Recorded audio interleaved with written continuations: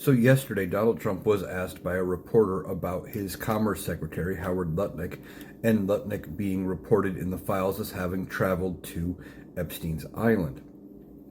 Now, when he was asked, were you aware of Lutnick going to the island, he, in the same sentence, both said he didn't know and was aware that he went with his wife and kids. He said, he was asked, he goes, no, I wasn't aware of it, but from what I hear, he went there with his wife and kids. Apparently, people do that. I was never there. Oh, down the road, somebody will say I was never there. Well, we're hearing multiple things about Donald Trump being on the island. There are emails in there saying he went, so that part's a lie. And then he said that he wasn't aware, but also he heard that Howard Lutnick took his wife and kids. So which is it? Was he aware or wasn't he? See, Donald Trump is trying to deflect away from the fact that so many people around him and himself have been mentioned in these files that he's throwing out whatever he can to deflect away from it.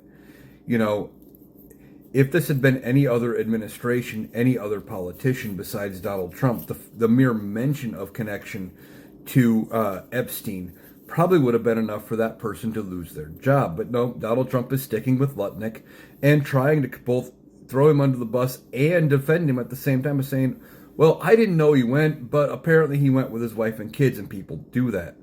Very weird take coming out of Donald Trump as he is trying to wrestle away from this whole thing. Now, which one's the truth? I don't know.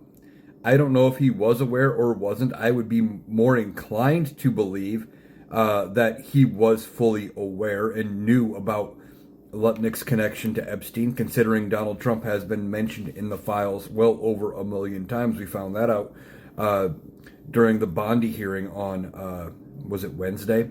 But Donald Trump is trying to distance himself from it, at the same time trying to also, explain it away. It's a very weird two sides approach that he is taking here. I think because he doesn't know what to do with these allegations. He doesn't know how to twist away from them. He doesn't know how to distract from them anymore. He wants us to quit talking about it, and he keeps saying things like, are we still talking about this guy? Why are we still investigating him? Oh, it happened so long ago, or, Palm Beach was a different time in the 90s, all those kind of things. He's trying to figure it out and make it happen by saying these double-sided things, and he thinks he sounds smart when doing it, when it's really showing signs of desperation, and it makes everything he says after makes you question whether it's the truth or not.